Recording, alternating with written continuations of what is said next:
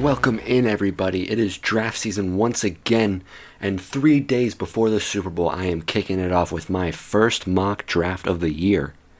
And we are not wasting any time getting into it, as with the first pick, the Las Vegas Raiders are taking Fernando Mendoza, the 2025 Heisman winner and national champion, the first team in the modern era to go 16-0. There will be many players on this Indiana team going into the league this year, but Fernando Mendoza is without a doubt the number one pick. He has great tools to be a quarterback in this league. I think with Clint Kubiak at head coach, he'll be able to develop amazingly, and with the amount of cap space they have, the Raiders should easily be able to build up a team around him for him to come into. I think it's extremely unlikely for the Raiders to trade down from one because of how weak this quarterback class is, and unless you wanted to maybe build up the draft capital, take a Drew Aller or a Carson Beck in the later rounds, and then maybe even take a quarterback next year, I think that could happen, but they'd have to get an absolute haul for the number one pick, and I don't think anyone is going to be able to live up to that price, except maybe the New York Jets with how many first rounds they've acquired over the next 2 years, but I still don't see the Jets even sending that much capital. I think it's much more likely that the Jets trade down than trade up.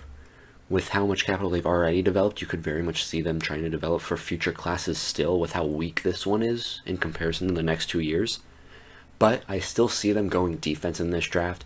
You trade away Sauce Gardner, you trade away Quinnen Williams, your edge room is kind of mediocre, and your receivers in this class aren't really worth a top 5 pick in my personal opinion, except maybe Mekhi Lemon, who I don't think other NFL front offices are going to view that highly.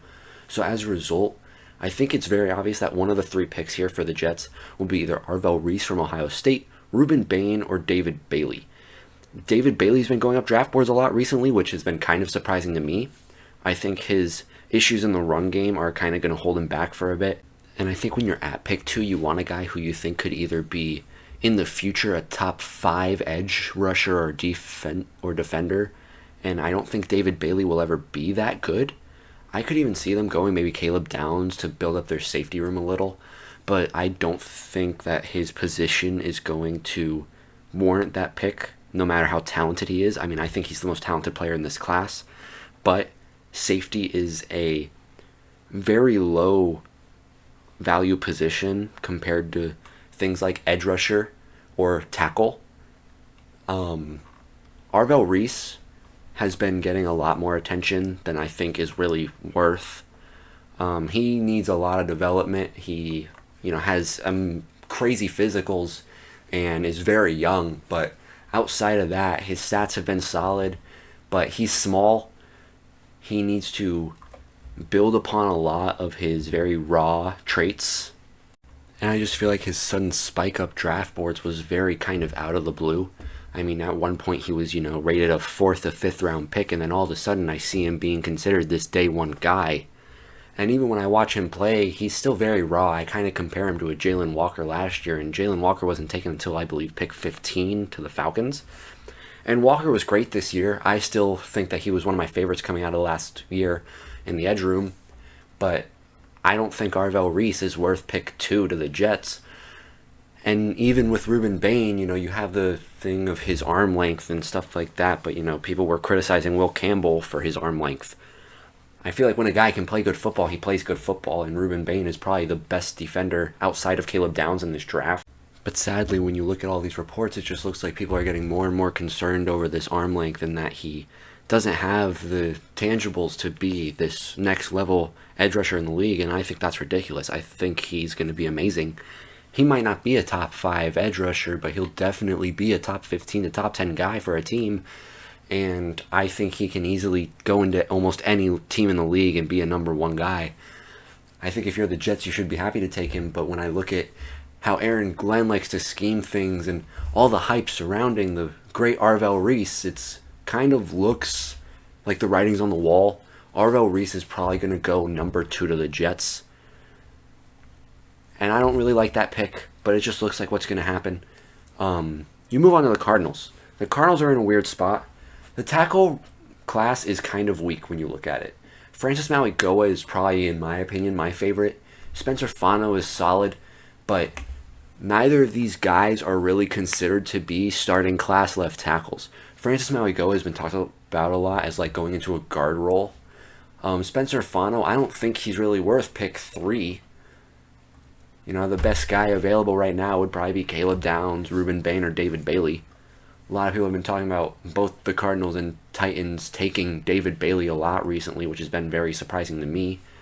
Personally, I think the Cardinals would be a great landing spot for Arvel Reese. I'd like to see him go there, work with a lot of their young groups, work with Buda Baker a bit with his coverage skills that are kind of mediocre, work with Walter Nolan. You have Josh Sweat there, but obviously he's not going to 3 here. I think the Cardinals are my favorite to trade down right here. You have the Cleveland Browns, who have a lot of draft capital. They want to tackle as well. They could maybe see them as a threat to taking Maui Goa or Fano. But overall, I don't really see that being what happens. I think the Cardinals will stick here. And I think that if they do, they're going to skip out on tackle. Currently, I believe Jonah Williams is the right tackle. He's on a contract year. But when you look at the free agency group and you look at the amount of people who you could possibly trade for, the Cardinals have good draft pieces to be able to probably make a move similar to that. Or with their first year under a new regime, they might just tank it. That's something that we see commonly. A first-year head coach will sometimes have that weaker first year, sort of get himself the ropes. And I could see Mike LaFleur doing that. I think that the Cardinals are going to take Ruben Bain because I don't think a tackle is really worth pick 3. You look at the Titans, though, and with the 2 big defensive names off the board, you kind of wonder where they'll go. I've seen more and more reports saying they're going to go David Bailey, which over time it looks more and more likely that they will. I feel like you kind of have to go with a receiver here, but with the new additions of Robert Saleh as their head coach, I feel like it's inevitable that they take a big defensive player. I like Keldrick Falk more than I like David Bailey when it comes to ceiling. I think Falk has amazing potential, but I don't think other teams are going to see it that way. So in the end, I do think the Titans are bound to pick David Bailey here. Now the Giants are probably my favorite contender to trade down. They don't have a 3rd-round pick this year. They have a lot to build on. You have Jackson Dart, who looked great. Hopefully he can stop taking all these hits because his career won't last long that way. You have Cam Scatabo, who looks solid. I still don't really like his long-term status in the league. I think he plays a really aggressive play style that will end up getting him hurt consistently. But then when you look at their defense, you have Kayvon Thibodeau, who's going to be going on to his last year. He might be a trade candidate this year. You have Abdul Carter, who looked pretty good his first rookie season. And you have Dexter Lawrence in the middle. He looks great. You have Brian Burns, who was putting up amazing numbers. Your secondary can definitely use some work. Tyler Nubin didn't look that good this year, which is a little upsetting to me because of how high I was on him coming in as a rookie. Paulson Adebo, he's a good corner, but you could definitely use something better to pair with him. But overall, I think that's something that you can pay attention to in round 2 or even like a day 3 or, make a trade. Try to get another day 2 pick or trade just naturally straight up for another player. I think that what you have to focus on is your weapons. Wan'Dale Robinson had a great year as a number 1 after Malik Neighbors went down, but you paid Darius Slayton a year ago. I don't know if you're going to have really the money to spare to pay Wan'Dale Robinson unless you restructure a lot of people, maybe even cut somebody. Your right tackle, whose name I'm not even going to attempt to say, is a free agent this year. He's played great. He's probably due a big contract. So you can maybe see them taking a Francis Mauigoa here or a Spencer Fano in order to take that opening. Maybe even go for Caleb Lomu if you're really high on him. But I do think they're going to go with another receiver here to pair with Malik Neighbors and maybe Wan'Dale Robinson. Even if you get him back, you might take another one. Malik Neighbors could very much get hurt again. He might even be hurt going into next year, so you really want to give him that number 1 weapon. Jordan Tyson for a while was considered the number 1 receiver. I don't like that. He's very injury prone. He's been a very inconsistent college player. He's really only had 2 good years. He's only played 1 full season. I don't really think the solution to your number 1 receiver who could be injury prone is just another injury prone receiver. I think Mekhi Lemon is probably the best receiver in this class. Frankly, if I was here and I was a GM, I'd take him. but I don't think other GMs are going to see that. I think Mekhi Lemon doesn't have the size really that other GMs want. And I think Carnell Tate just showed this year that he could very much be a guy, even with Jeremiah Smith there. He was, sitting behind Emeka Egbuka last year and stuff like that. So I think he was really able to take that step this year, and he showed people how good he was. Ohio State is wide receiver U, we know that. And I think Carnell Tate just goes here to the Giants. The Browns, I think this is kind of your dream scenario. You are losing 4 of 5 starting offensive linemen to free agency. I don't think that that's going to really be amazing for you, obviously. I'm pretty sure the only one who you're still going to have on contract after this year is your left tackle. So obviously right tackle's wide open. Francis Mauigoa is my favorite tackle in this class. Everyone says move to guard. I think he could be good in guard, but I would still like to see them play him as a tackle. We were hearing the same conversations about Will Campbell last year. I think Mauigoa is a tackle. He's a great tackle. Is he as good as Will Campbell was going into last year? No. But I think he would still probably be a top 3 tackle in last year's class. Maybe only behind Will Campbell and Armand Membu, who I thought was amazing this year. Didn't get enough attention for how good he did, but I'll get onto that later in the offseason. With Washington, you have a lot of needs. You have a very old team, which obviously is not working in your favor. You need defense help more than anything. You're losing Deebo Samuel most likely, but I still think you can manage with your receiver group. I don't think you're going to take Mekhi Lemon or Jordan Tyson. You might try to take a guy in like round 3 or something. But I think you're looking at defense here again, obviously. Keldrick Falk is a guy who I've mocked here a lot. I've also mocked David Bailey here before, but obviously David Bailey doesn't go past top 5. So I don't think Keldrick Falk is on teams' radars enough to be taken at pick 7. I think I'm going to see Caleb Downs going to Washington. I think he's an amazing player. He's probably my favorite player in this draft. The only guy who I could argue being my favorite behind him would be Jeremiah Love. But besides that, Caleb Downs would easily be my number 1 player in this draft, and I see him going to Washington as an amazing fit. With the Saints, you need a lot of help. They did a lot better than I thought they would last season. Everyone guaranteed them to basically be first overall pick. Obviously, they weren't that. Tyler Shuck played much better than I thought. I thought he wasn't even worth a draft pick, and, Saints showed me up there by taking him with pick 40. I think Kellen Moore is obviously a big piece of his success because of just how good he can be with the situation. Chris Olave being healthy basically all year was great. I was surprised that you traded away Rashid Shaheed, but at the same time, kind of got to do that. I wanted to see Devon Vele do more as a Broncos fan, but you know what? I'll still take that 4th round pick and be happy from him. Obviously, this year, I believe Chris Olave is also going to be going on to his contract year unless you pick up his 5th option or already have. You need to extend him, I think. He does have a lot of concussion issues. Maybe you trade him away and try to get a early 2, mid 1st round pick. But outside of that, I think you're going to go receiver. Mekhi Lemon would obviously be my pick here. But when you also look at something else, and that's the running back room, Jeremiah Love does look very appetizing. Jeremiah Love obviously could go anywhere from Kansas City to Minnesota or even the Jets. But I think Jeremiah Love is one of those talents, kind of similar to Ashton Jeanty. It's a luxury pick, obviously. It's a running back. You have bigger needs, most likely. But I think Jeremiah Love is so good, and I think that the Saints' offensive line right now is much better than what the Raiders was with Ashton Jeanty going in. So I think Jeremiah Love would be amazing. I think they're probably going to release Alvin Kamara this year. Obviously Devin Neal is not your guy. And I don't know if you bring back Audric Estime. I mean, as a Broncos fan, once again, I think he was great. I'm very happy for how he was playing. But obviously he's not a starter. He might be, a good 2 or 3, but I think Love is easily one of the best players you can take here, and I see him going here to the Saints. The Chiefs are in a really tough spot. Patrick Mahomes might be out next year for at least the first half of the season. No matter what, you're probably going to have a top 15 pick again next year. I don't see them doing that good no matter what backup they try to bring in. Who knows? Maybe they try to draft another guy to put behind him, maybe like Drew Aller later or Cade Klubnik. I think Andy Reid could do great with either of them, but I don't really see them doing that. I especially don't see them taking, Ty Simpson in the first round.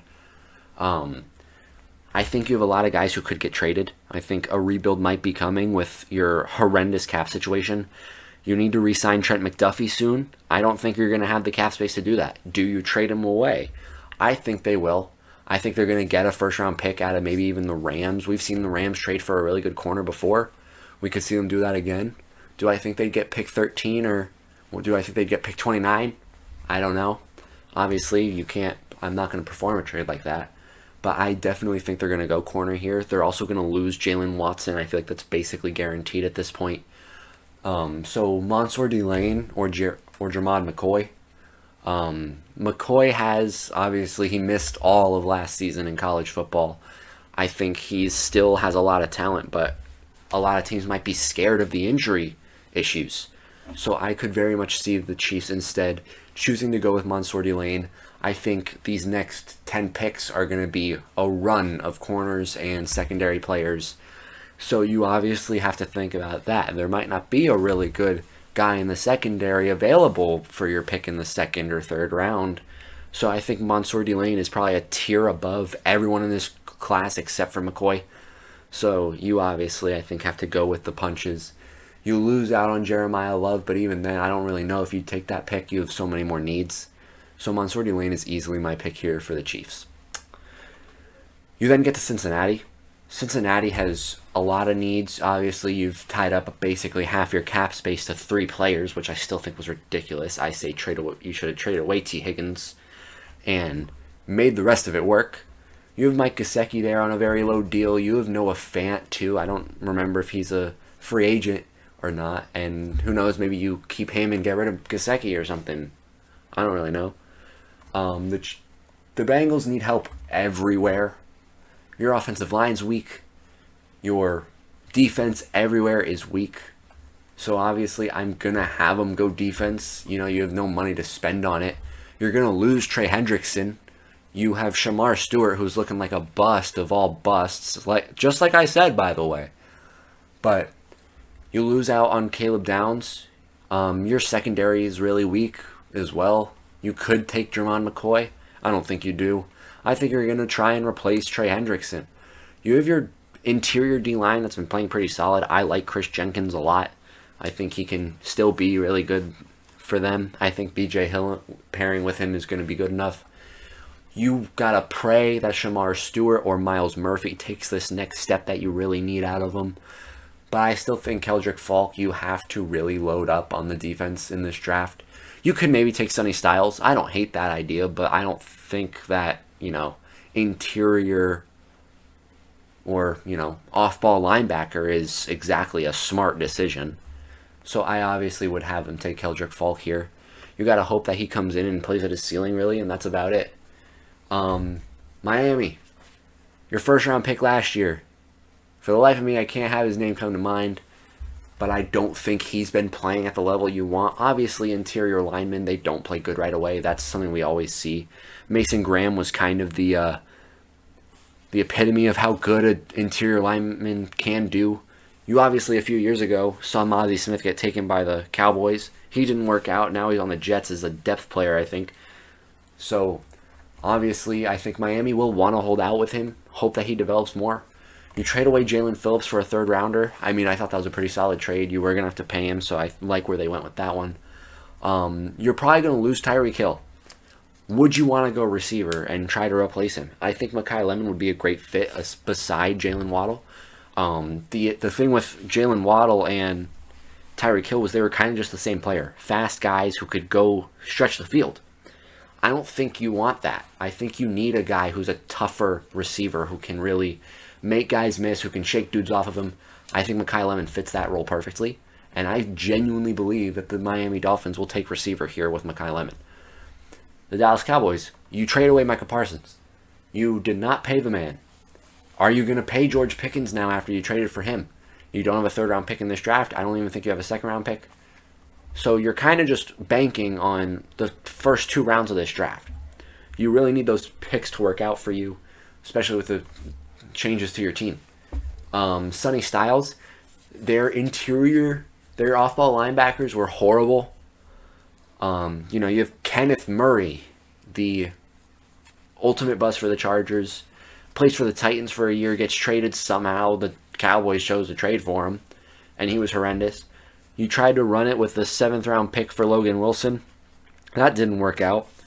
If the Jets release Quincy Williams, maybe you try to pick him up. I could see that happening. They did try to trade for him as well with Quinnen, it says. So I could see them going for him, but no matter what, you have to pair him with someone else. But even then, you look at the corner room. Trayvon Diggs is gone. Jordan Lewis is gone. Deron Bland is really mediocre at best. I don't think they'll go Gerard McCoy. I think Sonny Styles is probably the best defensive player available right now, unless you want to maybe say Peter Woods. I think he can be good, but obviously they don't need that. They got Kenny Clark. They got Quinnen Williams. They got Osa as well. You don't need interior defensive linemen. You need an off-ball linebacker, and Sonny Styles, in my opinion, is the best pure off-ball linebacker in this class. You then go to the Rams, who have a very obvious need, corner. You could maybe try to convince me that they go with Spencer Fano here. I don't hate that idea either. But, their offensive line's been playing pretty good when you can have, Matthew Stafford sitting in the pocket for a while. I think you have your guys. So I think overall they have to go corner here, and Jermod McCoy is, I think, the easy pick. He will likely be healthy by the time the season starts, by the time maybe even training camp starts. You can ease him in there. Your defensive backs were working okay, but you need more talent there, especially to get over that hump. Your defensive line's great, so you really need to just bring in that next level to really help you out. The Ravens, Jesse Minter, I love that hire. That was probably my favorite hire all offseason for coaches. So, obviously, they need more work on the defense. Your offense is, I think, at its ceiling. Your offensive line's been playing okay. You probably should make an addition in the interior, and you should do your best to re-sign Tyler Linderbaum. You're losing Isaiah Likely, but you re-signed Mark Andrews, so I don't think you're obviously not going to go for Kenyon Sadiq. I don't think you go for Emmanuel Pregnon or Vega. I don't think that's the move you make here. I don't think they're really worth that early. You could go for Spencer Fano. I like their tackles personally. I don't think they need him. I think Peter Woods is obviously the best interior lineman in this draft on the defensive side. I don't like Caden McDonald that much, I'll be honest. I don't think he's going to really do much in the league. I like Caleb Banks a lot. I like Christian Miller a lot. But obviously Peter Woods is a tier above them, and Peter Woods is the easy pick from Baltimore to go with. You then get to the Bucks. Linebacker is a big one. Do you go C.J. Allen this early? I don't think so.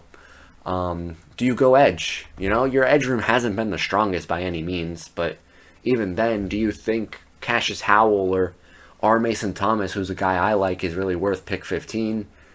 I don't think so. I like the idea of them bringing in another weapon. You're going to possibly lose out on Mike Evans. It looks more and more likely every day that you lose Mike Evans. So I think they could go for another weapon. I don't think you add a receiver with Jordan Tyson. I think you take Kenyon Sadiq. Cade Otton is solid, but he's not a number one tight end. He's also going to be a free agent. Do you let him walk? Possibly. And if so, you might want Kenyon Sadiq. I think Kenyon Sadiq has the chances to be a great weapon in the league. He is immensely great with his physical traits. I love the look of him a lot. I think he could be good as a receiver. Obviously, you might want to bring in another guy if you want a tight end who's much more of a blocker, because I don't think Sadiq is really going to help you there. But he's 6'3", 245. He is a 4'5", 40 that's measured right now. I think he's going to be an amazing tight end receiver-wise.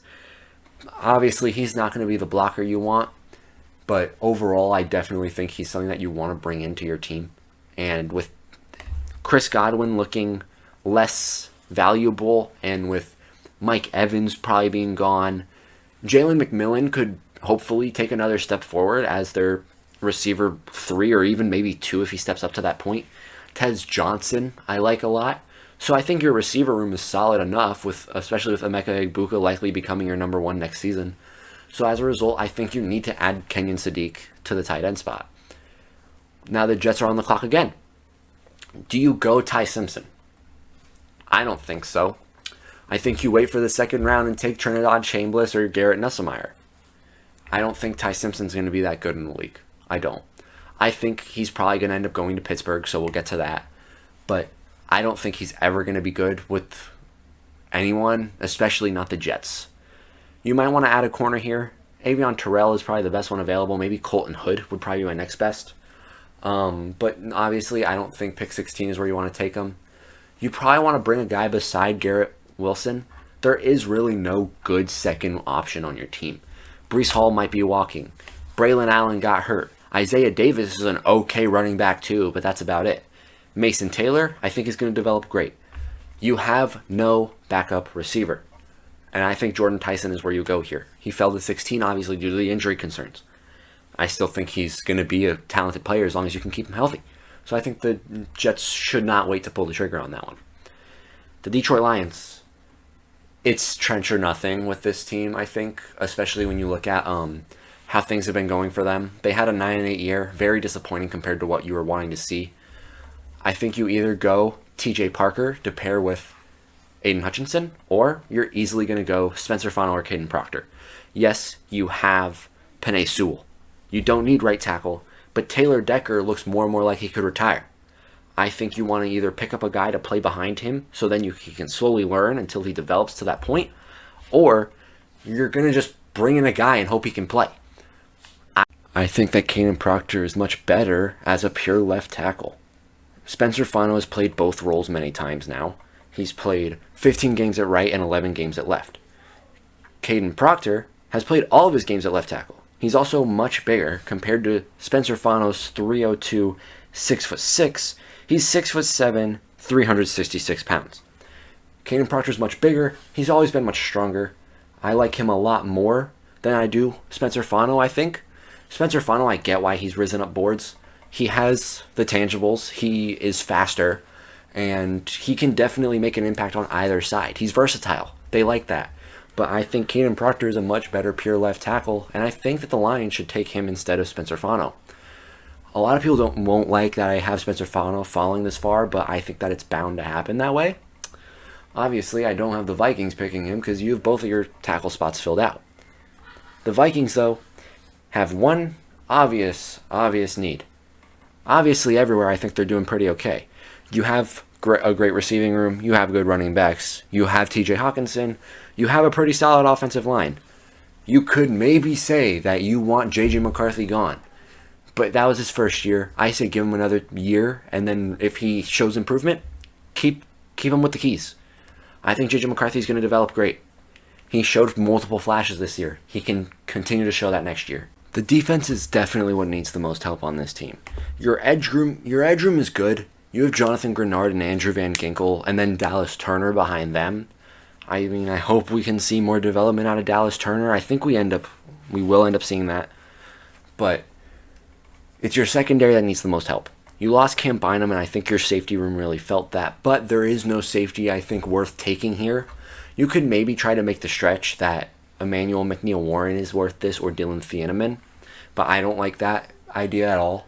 I think with pick 18, you got to take Avion Terrell.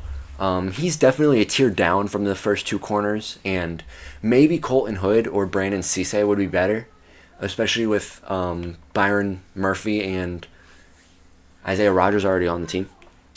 But I like Avion Terrell a lot. Obviously, your first Clemson corner that you took didn't really work out that well with Andrew Booth. But, I mean, obviously, this is going to be a much different situation. You have a much different coaching staff now. You have a much different regime. I think Avion Terrell is definitely what you want to bring in there. And then you have the Panthers. I'll be honest, I've mocked the Panthers to go with Kenyon Sadiq a lot. This is probably one of the first times I haven't had that. I believe they're losing Taylor Mott this offseason. That's not really good for their right tackle spot. Obviously, you might want to keep that defense for Bryce Young to keep him in the pocket to continue that development that he's shown quite well. But I don't really think that Spencer Fano is going to have to be the priority this time. I think instead, you're going to want to look at defensive line, obviously. The defense still was not good this year. You picked Tetro McMillan last year at pick 8. I obviously wanted them to pick defense. I wanted them to go Jalen Walker or James Pierce. They didn't. They took Tetro McMillan. That worked out great for their offense. Bryce Young showed a very big step. Tetro McMillan can hopefully continue to develop a little bit more because, I mean, I think if he stays on this path, he won't forever be a really alpha wide receiver one. But I don't think he needs much to be added to the team. You have Jalen Coker, who's been solid in the slot. You have Xavier Legette, who I really hope can show out a little more, but I'm not expecting much out of him. Overall, I think you're looking at edge, and I like TJ Parker more than I like Cassius Howell. TJ Parker is, for one, I mean, he's a Carolina guy, but obviously he's not North Carolina, Clemson, South Carolina, I know that. But still, Cassius Howell, I like him, but he is not as sure of a rusher, in my personal opinion. I feel like TJ Parker has much more physical abilities, and I would very much like to see him in Carolina more than I want to see Cassius Howell in Carolina. And then we get to the second pick of the Dallas Cowboys. Obviously, it's probably going to be another defensive move again. I mean, if you look at how NFL Mock Draft Database has it listed, their top 4 needs are defensive based. Obviously, when you look at their team, it's the same way. I don't think they're going to take the jump on Colton Hood here. I feel like he's who I would pick if I was picking corner, but I don't see that happening. I think you're going to end up going edge. I like Cassius Howell a lot. You need someone to pair now with Donovan Ezeraku, who I thought looked great. But yeah, you lost to Marcus Lawrence and Micah Parsons last year. You brought in Donovan Ezeraku. Everyone else really hasn't been that good.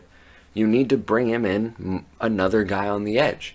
Because as of now, Quinnen Williams, Kenny Clark, Osa, they're not edge rushers. They're interior guys. They're supposed to beat up the interior linemen. They cannot rush off the edge.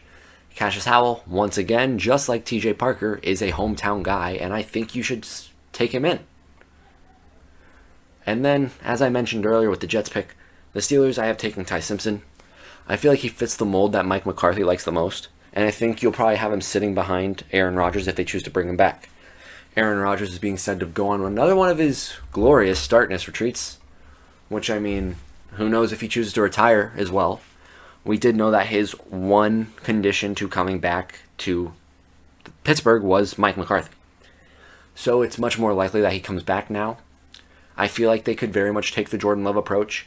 This new regime might not be as much of a fan as Will Howard as, Mike Tomlin might have been and Arthur Smith might have been. So I could definitely see them taking Ty Simpson. And I think by the time I'm making more mock drafts as the offseason progresses, I could very much change that. Now with the Chargers, you obviously have to protect Justin Herbert more. Dude was getting killed all season, and yet was still putting up great numbers. The Chargers would have had a top 5 pick this year if it wasn't for Justin Herbert. You had Joe Alt go down, you had Rashawn Slater go down, so then you had nobody to protect him. Mekhi Becton didn't play that good. Zion Johnson played okay at best, but because of the rest of the offensive line being horrendous, you couldn't see anything out of that. And their center was awful. 2 years in a row, he's been the worst center in the league. He's been worse than 32 on PFF 2 years in a row, I believe. Obviously, you have to hopefully chase after Tyler Linderbaum. If the Ravens franchise tag him, which is unlikely, you take Tyler Linderbaum. You trade for him. If they don't franchise tag him, he goes into free agent. You have nearly $100 million in cap space. You can easily bring in Linderbaum. I think if you bring in Linderbaum and you drop Becton, you bring back Zion Johnson, and then you'd be able to bring in Vega as the other guard spot. And as a result, I think that would be a tremendous offensive line to have around Justin Herbert. You have to protect the guy who's going to be your future. Jim Harbaugh probably knows that. I think your new offensive coordinator hire is going to be great. And so outside of that, I don't think you have as many of tremendous needs as you think. Maybe edge rusher if Khalil Mack retires. But obviously, as of now, I don't really think you're taking Akeem Messidor here or Mason Thomas yet. I think they'll handle that later in the draft. I could really see them taking Derek Moore. Or maybe even Danny Dennis Sutton. I like Derek Moore. I think he's going to be rising. I think he could even become a late fringe first-round pick once it's all said and done. The Eagles are on the clock. You have a lot of older players coming into this year. You have Lane Johnson, who is, I believe, 35, roughly, and he could very much retire soon. Recently won a Super Bowl. He might be willing to go out now. Will he come back for another year? Possibly, but even if he does, you might want to bring in Spencer Fano now. Caleb Lohman was the primary left tackle of Utah. Spencer Fano was the primary right tackle of Utah. As a result, I think Fano is going to be a very good look for the Eagles. I think you're going to celebrate that he's here. If you trade away A.J. Brown, you might want to take Denzel Boston or Casey Conception. But I don't really think that's going to happen yet. I think they'll maybe go for one of them with their second-round pick or something like that. They can probably take a Chris Bell or maybe Elijah Sarrett. I like him a little more than I like Branch. But yeah, I think it's an easy pick here for Philadelphia. They're going to go Spencer Fano. He obviously fell from 5 is what he's rated at on the database. I don't think he's that good. I don't think he's going to be worth a top 10 pick, really. I don't think many of the offensive linemen in this draft are, but I definitely think that the Eagles would cheer if they had him fall to 23. You think it's the Cleveland Browns, who are once again just another team that needs a lot. Obviously, them trading down could be possible. Trading the pick in general could be possible. I don't hate the idea of them taking Emmanuel Pregnon. Ethan Pokic is your current center, I believe, and he's going to be gone. Emmanuel Pregnon could be the guy you want to look at to try to replace him or even just shift him to guard. But then you look at wide receiver. You have two really good ones right now. Denzel Boston, I'm not a huge fan of, in all honesty. I think he's like a Keon Coleman type. So as a result, I don't really think he's the type of guy you'd want to take and pair him with Jerry Jeudy of all people, because I don't think he'd be a 1 over Jeudy. I think Kevin Conception is a guy who you could really go for. I love him. I mean, I'd love, if he fell to Denver, I'd love for us to take him. But I definitely think that he's kind of the best one that you can see right now. And I think that that's who the Browns would take. You get to the Bears, they're once again another defensive-led team. You can see top 4 needs, defense. You obviously, I don't think you need a corner right now. You can't. I'm not having them take a safety. I'm not having them take a C.J. Allen. I don't think they'd take an edge rusher. The defensive line class in the later first and early second round is loaded. I'll be honest. Caden McDonald being mocked there a lot, I'm not a big fan of. Caleb Banks I like a lot more than I like McDonald, but I think I like Miller the most. Obviously, I'm a big fan of Georgia guys, especially when it comes to their interior defensive linemen. You know, guys like Jordan Davis and Jalen Carter, particularly as of recent. When you look at them on the Eagles, you know, you think that they can probably have more success in that range.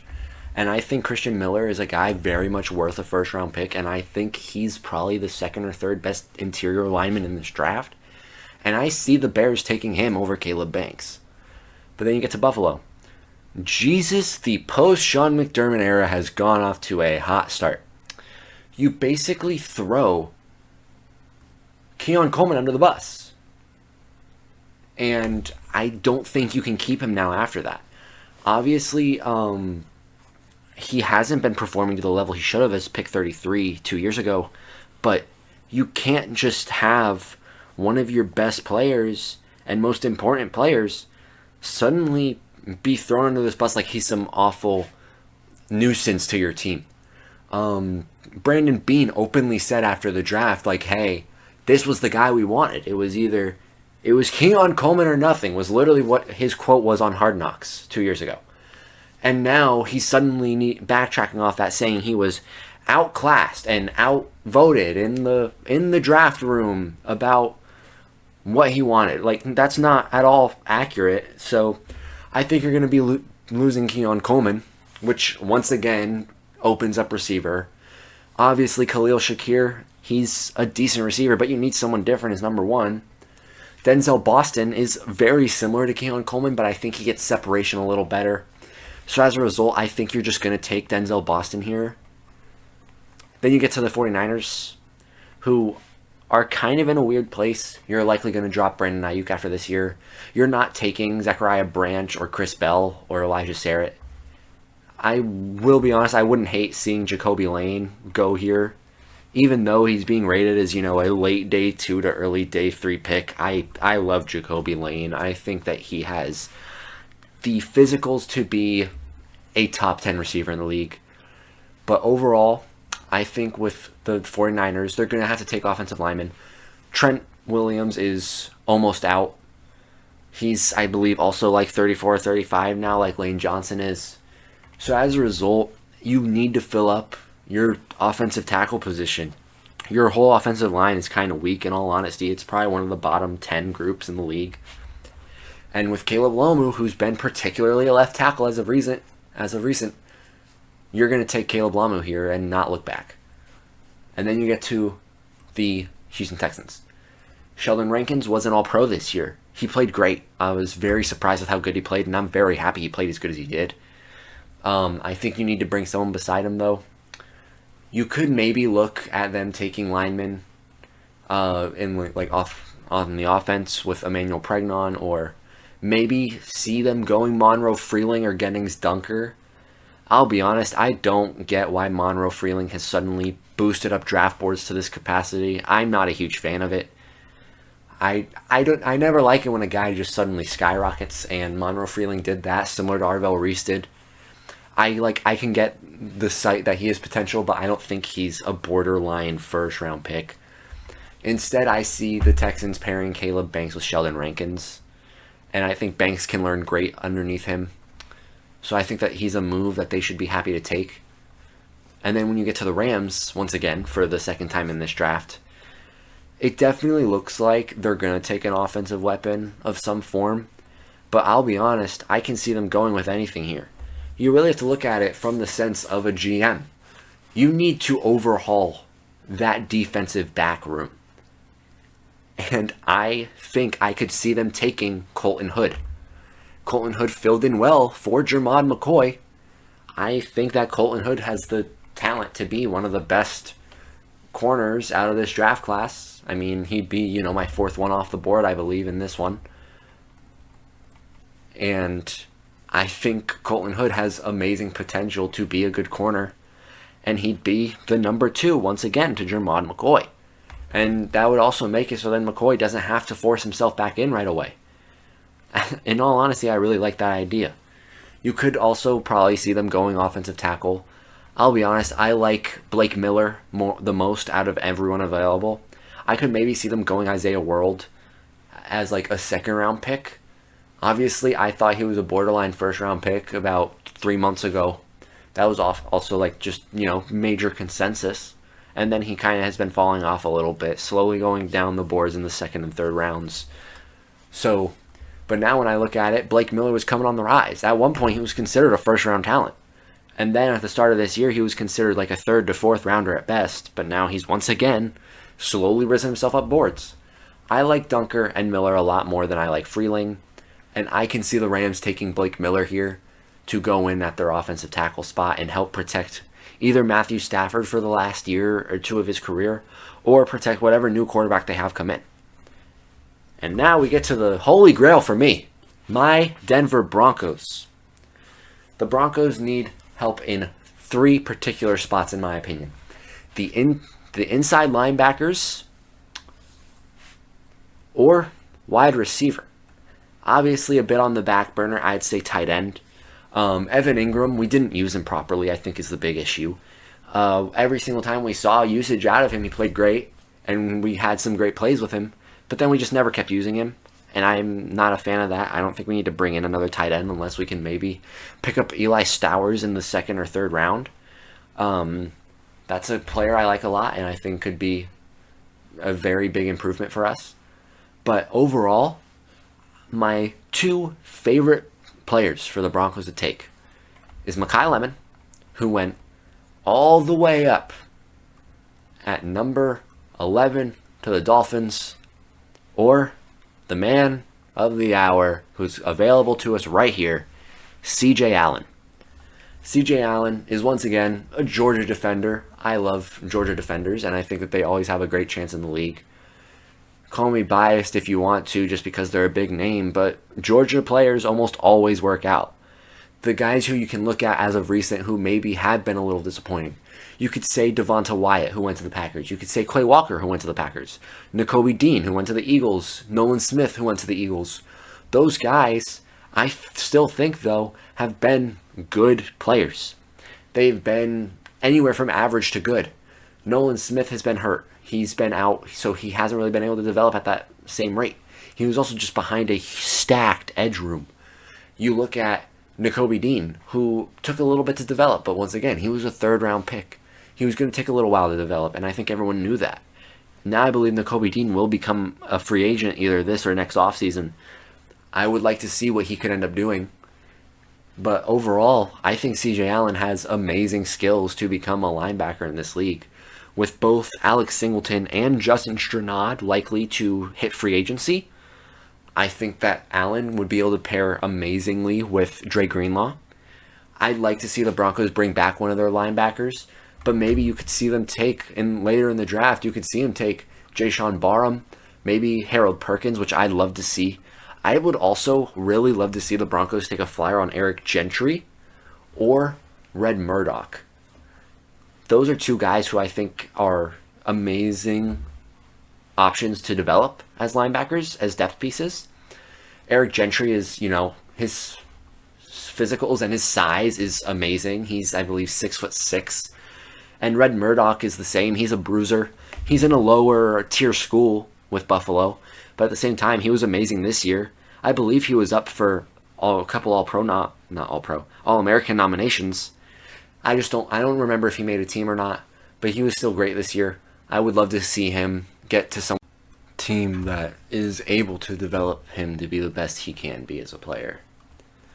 And then we get to the Patriots, and this is our Super Bowl matchup. Personally, I think the draft is in its order. I think the Seattle Seahawks are going to absolutely wipe the floor with the Patriots tonight. Will they prove me wrong?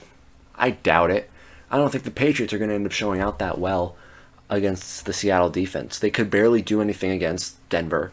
They would have easily lost if it was against Bo Nix. And they basically had the game handed to them by Jarrett Stidham's horrendous fumble. But we'll get to the Super Bowl after the game. Until then, with pick 31, the Patriots are likely going to go after a trench player as well. As you can see, edge and offensive tackle are their top two needs. I also agree with that. I think that their current edge players have been salvaging well. Harold Landry's been pretty solid. I can't remember the name of the other guy off the top of my head, but he's been pretty good as well. But I don't think that they're long-term options. I think who is a long-term option are Mason Thomas. Akeem Mesidor has been getting a lot of attention, but I'm not huge on him. I believe he's going to be 25 by the time he's drafted. And after that, he'll be almost 30. You'll be 30 by the time your fifth year, if you get your fifth year option accepted. By the time that contract's over, you'd be 30 going into your second contract. And I just don't think that that's something a team really wants to do. Our Mason Thomas, on the other hand, is probably one of my favorite edge rushers in this class. I think he's probably one of the most refined. The only reason he's probably rated as to not be a first rounder is simply because I feel like he has a more limited ceiling than most edge rushers in this class. I think overall, though, he's going to be great. He's going to be a great option for New England. And I feel like he'll work great with Harold Landry, and I believe Keelavon Chason is the other one. And I think if he runs behind them or in a 3-set with them, he'll be able to put up good numbers, and eventually, once the other two have to move on, it'll work out really well for England, this pick. And now, to end it off, pick 32. The Seattle Seahawks are on the clock. You're likely going to lose Tariq Woolen in free agency. You have a lot of cap space. But with Devon Witherspoon likely going to need a big payday, being probably a top 5 corner in the league right now, along with JSN being able to be re-signed after this season, he'll probably be looking for market resetting money. I think you're going to be going with corner. I don't think that you take a guy like Chris Bell here or Elijah Sarrett or Zachariah Branch yet to pair with him. Torrey Horton looked really good, and I think he can step up as your number 2 if you ever lose out on Cooper Kupp. But I definitely think Brandon Cisse or Colton Hood is your pick here. A lot of people predict Brandon Cisse to be the move. I've seen that all over my personal postings and my pages. But personally, I like Colton Hood more. He stood out this year as Tennessee's corner 1. He was a decent corner beforehand as well. He obviously, skyrocketed after what was going on with Jermon McCoy and how he had to step in. I think when you have a guy who can step in place of a corner who's considered to be a top 15 pick and is still able to put up good numbers and contain offenses almost just as well, I think you need to go with him. He's been under pressure. He has that sense for it. He definitely can take a good role, especially if he's the second to a guy at the level of Devon Witherspoon. And just like that, my first 2026 mock draft for YouTube is finished. I'm personally very proud of this one. I like the look. I definitely think that some of these picks are going to change over time. Of course, you have at the bottoms that you can't see. You've picked 12 to 16 and picked 28 to 32. I will be posting this picture on my Instagram along with my future mock drafts that I do and don't post. You'll get my top 10 ratings of every single player, and I'll have my Instagram linked in the description below. Until then, like and subscribe, hit those notifications so then you can always check out my new posts throughout the offseason and hopefully next season. But with that, thank you so much for watching, and I hope you guys stick for the ride, because I was KGC, and this was my take.